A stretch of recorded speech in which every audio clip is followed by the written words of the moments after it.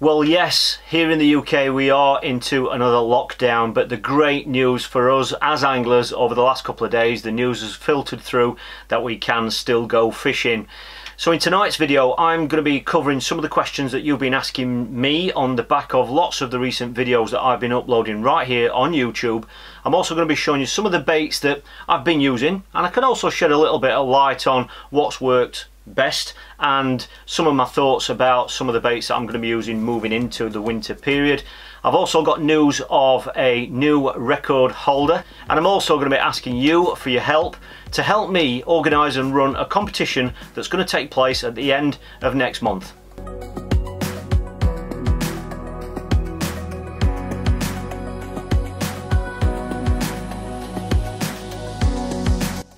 Over the last few weeks I've been uploading some session videos, and I know lots of you have been enjoying them.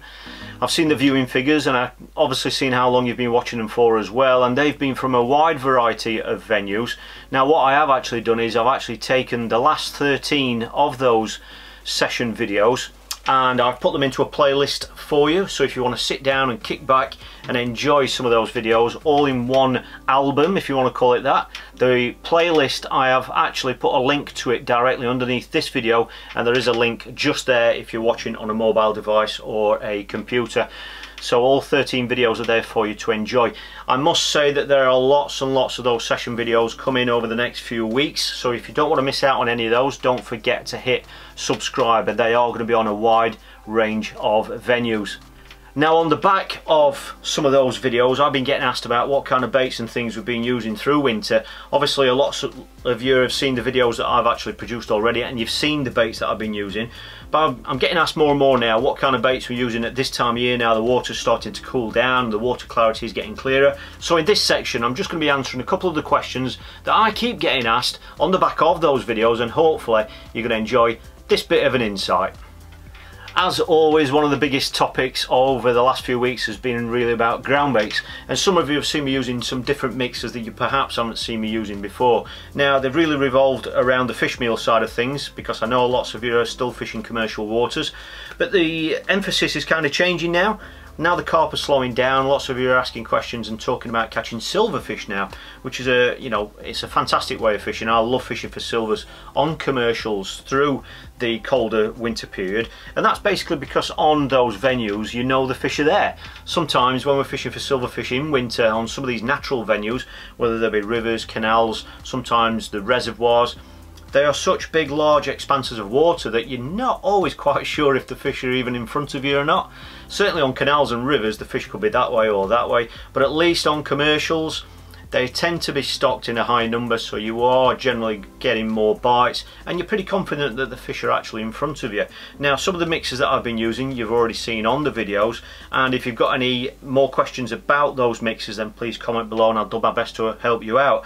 Now one of the mixes that I've been using was the betaine green, and I used this in one of the most recent videos, the one at Fleet's Dam. That's in the playlist, and it's the betaine green. If I show you the packaging here so you can recognise it if you do go looking for it.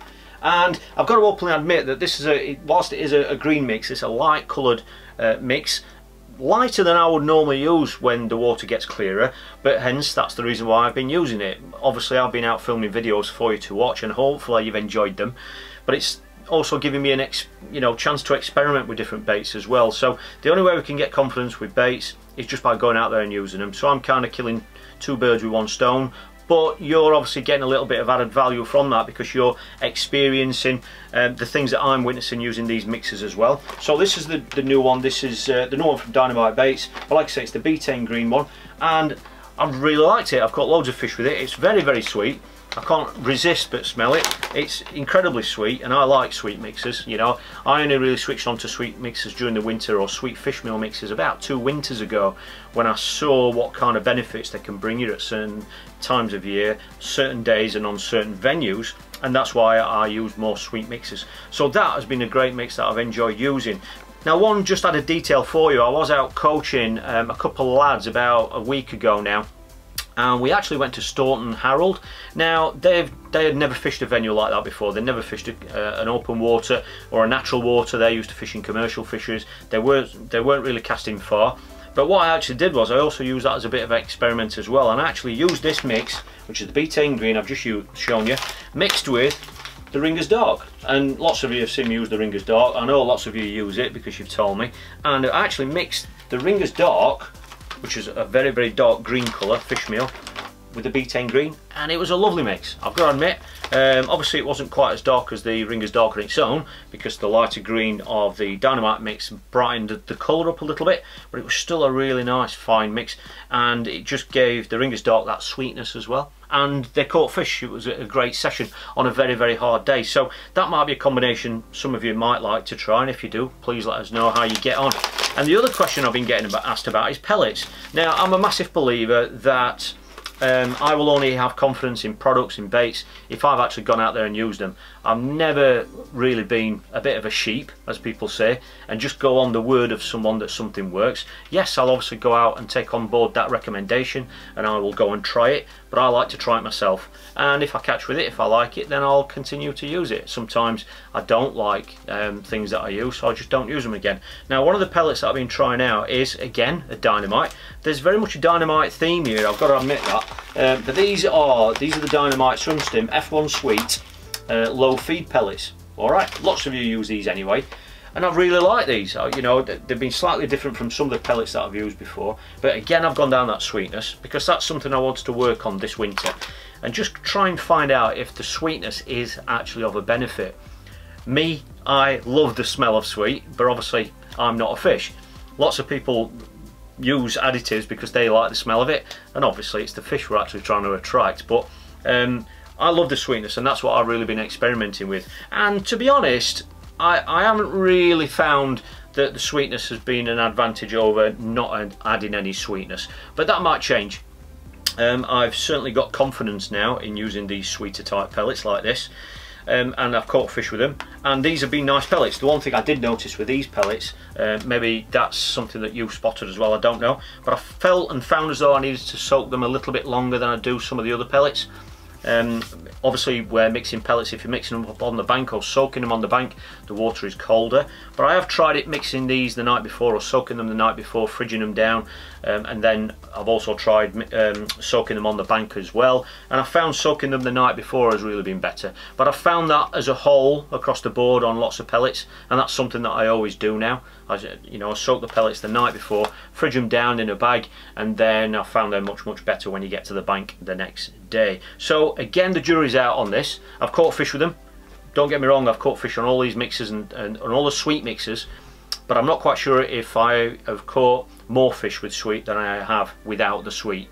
But I'll let you know how that goes as the weather gets colder. Now, two other options that I've been going down the avenue of that you'll have seen in videos. Again, these are Dynamite, but that's because obviously I've been just trying different things out that I haven't had a chance to try before.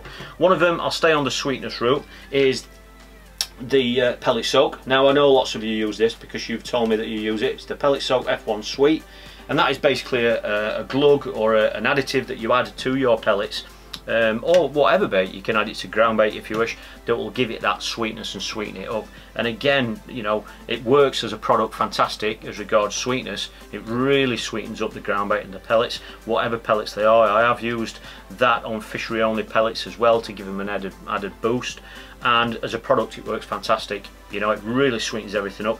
It's a little bit more potent than I realised, so now obviously when I'm using it I don't have to add as much to the pellets or the bait to give it that sweetness. And again, I'm still out trialing that, but I've caught fish with it, and if I continue catching fish with it, then obviously I'll continue using it. And the other option that I've been going down the route of is, and I know this one's a little bit controversial, but that's one of the reasons why I wanted to try it, because it's not something I've ever had a chance to try, and that's really colouring the pellets. Now, this is pellet soak again.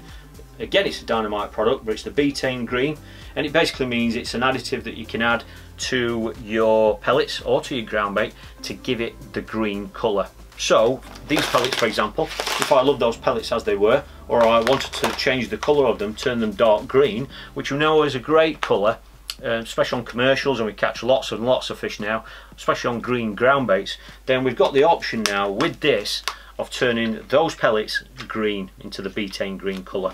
And again, I've been experimenting with that, and once again I've caught fish with and without it. But I know that's a bit of a controversial one, that one. A very big named angler mentioned this about 2 weeks ago to me, and he says he would never goes down that route, because his theory is that fish like pellets as pellet colour, because they know what pellets are. Most people feed pellets, certainly fishery pellets, in their natural state, in their natural colour, and that's what they're used to. So that's, you know, that makes perfect sense, and it makes absolute sense to everybody, I'm sure. But obviously sometimes, and quite often, we're looking for an edge, and that's why I've been experimenting with different colours. So again, I've caught fish with the green and without, but I will let you know how progress on that goes. Now, another question I've been getting asked is about the new products from Matrix, especially the braid. Now, I've had lots of people asking about the braid. You all know the submerged braid, I'm sure. Lots and lots of you use it. We've used it for years now, and there are many top big name anglers that used to use this before their own sponsored brands brought their own braids out. Okay, so lots of them were using this, but some of those anglers are sponsored by brands who brought their own braid out, so they switched to their new braid. But lots of people know the submerge. Basically, as you can see from the packaging, those of you that know the product will see that it's got a brand new look to it. In answer to your question, no, the braid isn't anything different. It's still the original submerge, still as good, exactly the same qualities as everything. The only two changes you've got are obviously a rebranding, so you can see the packaging's different and the brand in image is different, which I really like. But the also addition is that we've now got an added diameter of braid in the range for you. So previously you'll have seen me probably use the 0.08, which is the thinnest, which breaks at 10 pounds, and then the 0.10 version, which breaks at 13 pounds, and that's all there was originally. And they've covered most of my fishing. What we've introduced into the range now is a 0.12 version, which breaks at 17 pound. Alright, so it's a thicker diameter braid, so it's exactly the same braid, it's just an added diameter, thicker diameter to the range. So I hope that answers lots of those questions.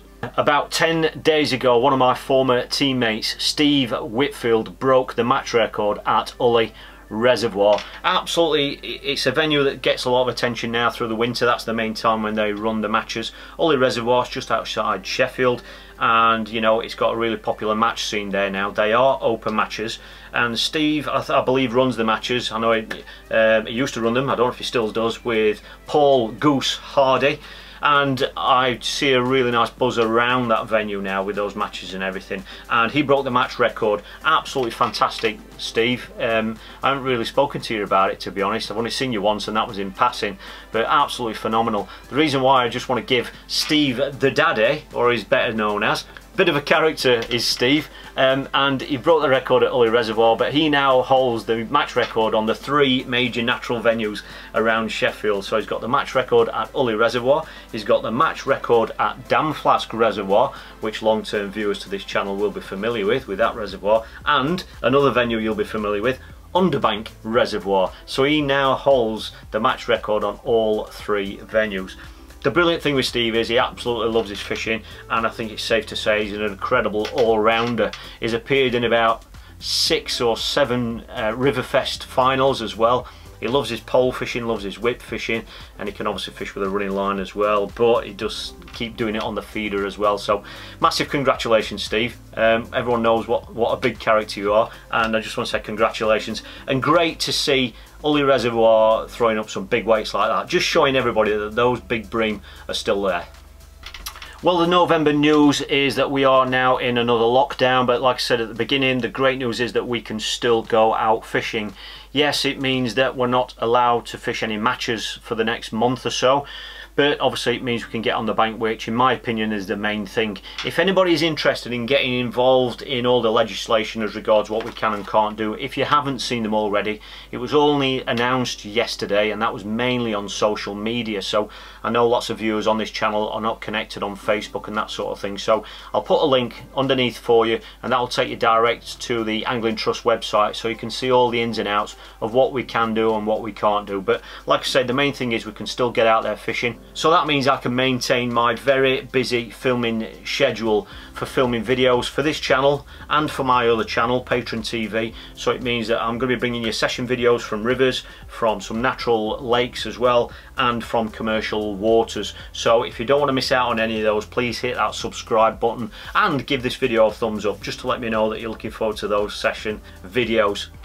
There are also going to be 11 extra videos uploaded onto Patreon TV on my other channel, and lots of people have asked me about how they can actually watch those videos. You can either go to the link below, or there is now a brand new feature where you can still view those videos, but right here on YouTube, all you need to do is click that button down there that says join, and that will give you more information. And if you do want to join there and watch those videos, you can watch them right here on YouTube, on the YouTube platform, which I'm sure lots of you prefer. So just check that out if that's something you're interested in. But there are an extra 11 videos going onto that channel this month, so there's loads and loads of bankside time coming up, and I'm hoping you're going to enjoy the new videos. And the final topic for tonight is that this channel, with thanks to you, has just surpassed the 19,000 subscriber mark. It's really escalated recently because I've really been listening to the types of videos you want to watch, and they're the videos that I have been going out my way, spending a little bit more time filming and producing for you. So thank you very much for watching them, because that's only helping me produce more of them for you. So why am I asking for your help? Well, that is because if the schedule stays exactly how it is, we will be reaching the 20,000 subscriber mark before Christmas, and as a massive thank you, I would love to run some sort of a competition for you to celebrate that figure. So what I'm asking for is your help and your advice and your opinions about what kind of a competition I could run in order to thank you for that subscriber count. So please comment below, use the comment sections underneath this video, please, so that everyone can see your ideas. What I would like to know is what kind of a competition I can run to just say thank you to you for subscribing to this channel and for watching all of the videos. It's a massive number for a channel that's just me with a couple of GoPro cameras, and it's based on feeder fishing, which, let's face it, is not the most exciting method of fishing, is it, especially to watch. So please, I'd really love to hear your comments about how we can and what kind of a competition I can run for you, and hopefully around Christmas time I'm going to be able to launch the competition and thank at least one of you, or some of you, depending on the format of the competition, for just supporting this channel for so long. So thank you, I really appreciate it, and I look forward to seeing your comments. Well, that's it for tonight. I'm heading out tomorrow to go and do some filming for you. I've got a very busy weekend ahead. I've also got some new products that are going to get launched over the coming weeks, digital products, and I've also got a brand new website that is 1 month now under construction, and that will be getting launched very, very soon, and that's going to have lots of different features built into that website for you, revolving around coaching, tuition, other videos and blogs and that sort of thing. So if you don't want to miss out on any of those, it's just getting really interesting now with this channel, and it's giving me a chance to spend more time on the bank, which means I can produce more videos for you. I've been producing 2 videos every week right here on YouTube, 7 o'clock on Monday and 7 o'clock on Thursday. So if you don't want to miss out on any future videos, please hit subscribe. And if you want to see more tuition style videos, coaching behind the scenes videos, check out Patreon TV just there. So thanks for watching, really appreciate it, and I look forward to seeing you in the next video.